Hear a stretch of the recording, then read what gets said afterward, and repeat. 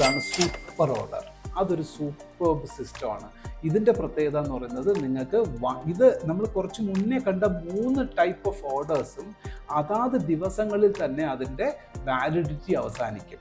Market order, limit order, trigger order. അത് നിങ്ങൾ ശ്രദ്ധിക്കേണ്ട പോയിൻ്റാണ്. എന്താ വെച്ചാൽ ഇന്ന് ഞാൻ ഈ ഒരു ഓർഡറിലേക്ക് ഇറങ്ങിക്കഴിഞ്ഞാൽ ഓർഡറാണ്, അല്ലാണ്ട് അന്നത്തെ ദിവസം നിങ്ങളുടെ പൊസിഷൻ എക്സിറ്റ് ആകുമെന്നോ ഒന്നും അല്ല ഞാൻ പറയുന്നത്. നിങ്ങൾക്ക് ഈ പറഞ്ഞ 18,000 ബൈ ചെയ്യാൻ വേണ്ടിയിട്ട് നിങ്ങൾ ട്രിഗർ ഓർഡർ സെറ്റ് ചെയ്ത് വെച്ചോളൂ, അല്ലെങ്കിൽ 16,000 ബൈ ചെയ്യാൻ നിങ്ങൾ ലിമിറ്റ് ഓർഡർ സെറ്റ് ചെയ്ത് വെച്ചോളൂ.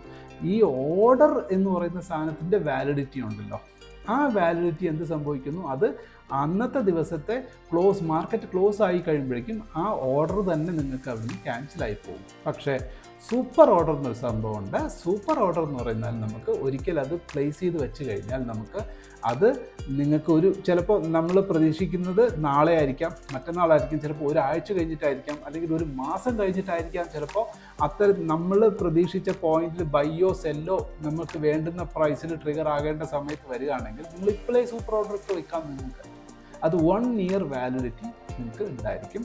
സൂപ്പർ ഓർഡറിൻ്റെ ബാക്കിയുള്ള പ്രൊവിഷൻസ് എല്ലാം സെയിം. ട്രിഗർ ഓർഡർ എങ്ങനെ നമ്മൾ ഹാൻഡിൽ ചെയ്യുന്നു അതുപോലെ തന്നെയാണ് സൂപ്പർ ഓർഡർ നമ്മൾ നോക്കേണ്ടത്. ക്വാണ്ടിറ്റി നോക്കുക, ലിമിറ്റ് പ്രൈസ് കൊടുക്കുക. ലിമിറ്റ് ഞാൻ പറഞ്ഞു എന്താണെന്ന്, നമുക്ക് ഏത് ലിമിറ്റിലാണ് നമുക്ക് ബൈ ചെയ്യേണ്ടത് ആ ലിമിറ്റ് പ്രൈസ്. പിന്നെ ദെൻ ടാർഗറ്റ് പ്രൈസ് കൊടുക്കാം, സ്റ്റോപ്പ് ലോസ് കൊടുക്കാം. ട്രെയിലിംഗ് ജമ്പ് എന്നൊരു സംഭവമുണ്ട്.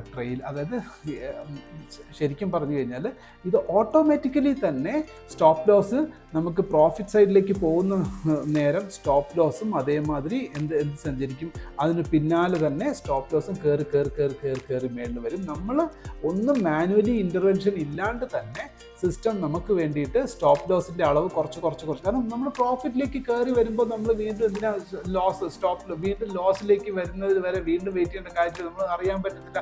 നമുക്ക് വേണ്ടി ചിലപ്പോൾ നമ്മൾ ഒരു നല്ല പൊസിഷനിൽ നിൽക്കുന്ന പോയിന്റ് നല്ലോണം പ്രോഫിറ്റിലെത്തി, അത് കഴിഞ്ഞ് നമ്മളിത് ശ്രദ്ധിക്കാണ്ട് പോയി കഴിഞ്ഞു കഴിഞ്ഞാൽ വീണ്ടും മാർക്കറ്റാണ് ഓരോ സമയത്തും മാറിക്കൊണ്ടേയിരിക്കും. നമുക്കറിയാം ഓരോ ദിവസവും ഒരു ദിവസം ചിലപ്പോൾ 5% മുകളിലേക്ക് കയറുന്ന സ്റ്റോക്ക് അടുത്ത ദിവസം ചിലപ്പം ഒരേ ഇതിൽ തന്നെ 5-6% ചിലപ്പോൾ താഴെയും പോയിന്ന് വരാം.